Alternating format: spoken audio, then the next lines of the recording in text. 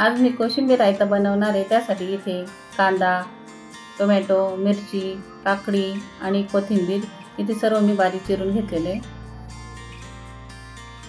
आता मी इथे बाउल घेतलेले, त्याच्यात एक एक सगळं साहित्य मी टाकून घेणार आहे।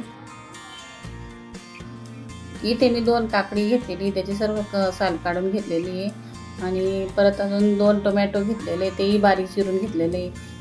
2 बारीक कांदे घेतलेले, तेही मस्त बारीक करून घेतलेले आणि बघू शकता इथे कोथिंबीर पण मी मस्त चिरलेली छानपैकी आणि 2-3 हिरव्या मिरच्या अशा बारीक चिरून मी टाकलेले आणि सर्व पदार्थ मी आता एकजीव करणार आहे। आता इथे मी चवीनुसार मीठ टाकणार आहे।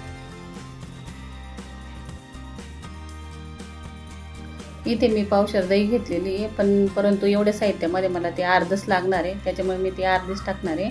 तुम्हाला पाहिजे तर तुम्ही तेवढी पूर्ण पण टाकू शकता आणि मस्तपैकी एकजीव करून घ्यायचं। आता इथे मी लाल मिरची पण थोडी टाकणार आहे, तुम्ही तुमच्या आवडीनुसार तुम्ही टाकू शकता।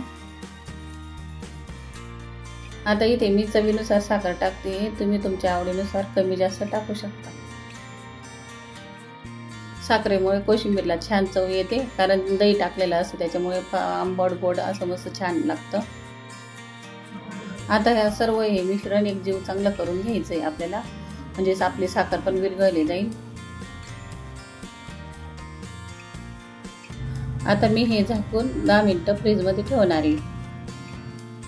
आता 10 मिनिटं झाले, मी हे बाहेर काढलेले आहे आणि बघू शकता याला थोडं पाणी सुटलेले आहे। असं दही आणि साखर आणि मीठ यांचं तिघांचं मिश्रण मस्त झाल्यावर ते थोडंसं ओलसरपणा येतो बघा आणि मस्तपैकी आता एकजीव करून घेणार आहे। आपला कोशिंबीर रायता तयार आहे। रेसिपी करायला खूप सोपी आहे आणि नक्की करून बघा। व्हिडिओ आवडला असेल तर लाईक आणि सबस्क्राईब करा। पुन्हा भेटू अशाच नवीन एका रेसिपी सोबत, तोपर्यंत बाय बाय।